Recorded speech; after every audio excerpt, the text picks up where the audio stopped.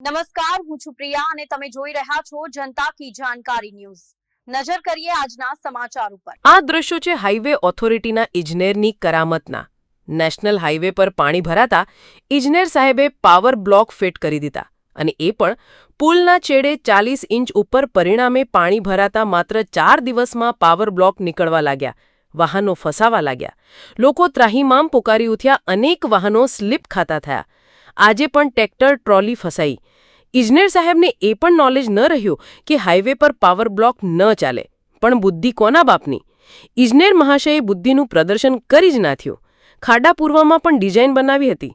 છેલ્લા આ ઇજનેર સાહેબની મહેરબાનીથી ધાનેરા છેલ્લા 2 માસથી ત્રાહિમામ પુકારી ઉઠી, છતાં નતરોલ તંત્રના સબ સલામતના દાવા છે।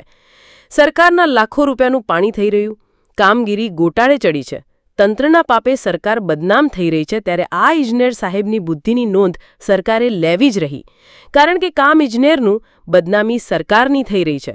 રિપોર્ટ ભરત ઠક્કર, ડીસા, બનાસકાંઠા। શું નામ છે તમારું? દશરથભાઈ। દશરથભાઈ, શું ઘટના બની હતી? હું ડીસાથી આવતો હતો સાહેબ, રાહ જવાનું હતું મારે લોખંડભરી, એટલે અહીંયા આગળ બ્લોક પાથરેલા હતા અને આમ ખાડો હતો, તો ખાડામાં ટાયર મારે પડી ગયું, ટ્રેક્ટર પલટી મારતે મારતે બચી ગયું। મારો જીવ હમણાં ખતરામાં હતો જ નથી।